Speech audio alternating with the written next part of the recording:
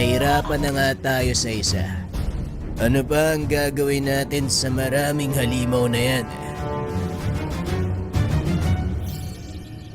Huwag kang mag-alala. Alam na natin ang kahinaan nila. Sundin nyo lang ang sinabi ni Jonas. Kagaya nga ng sinabi ko, kailangan nyo lang hanapin kung nasaan ang puso nila. Yun lang ang paraan para hindi na mabuhay ang mga puno.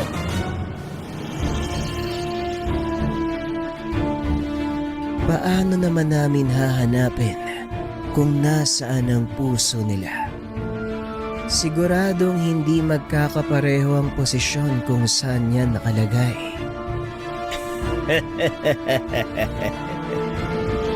Nakalimutan mo yatang kasama mo ang mandirigbang engkanto. Bilang isang mahusay na mandirigma, inaalam namin ang lokasyon ng puso ng aming nakakalaban upang madali silang mapatay. Ito rin ang ginagawa namin kapag nanghuhuli kami ng mga hayop. At sa paglipas ng panahon, nakabuo ang aming mga ninuno ng pamamaraan upang makita ng kahit sino ang puso ng kalaban. Ang tawag dito, palakpak ng kamatayan. Dahil nahanay sa angka ng Diyos ng digmaan, kilala ang angkan ni Kandu bilang pinakamabangis at marahas sa pagpatay sa mga nilalang o elemento. Iba't ibang uri ng sandata ang kaya niyang gamitin. Lahat ng ito ay may mataas na uri ng lason. Dumidepende ang lakas ni Kandu sa kanyang kalaban.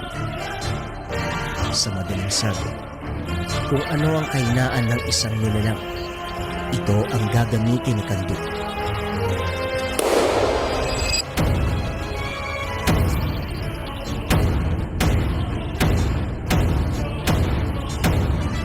Anong nangyari?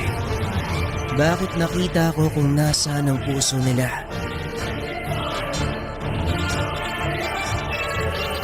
Yan ang palakpak ng kamatayan. Ngayon alam niyo na kung nasaan nakalagay ang kanilang puso. Ang gagawin niya na lang ay umatake.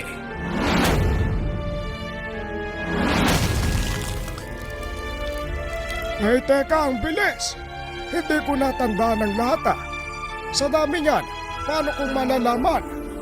Ikaw ba, Haring Balaw? Natandaan mo ba?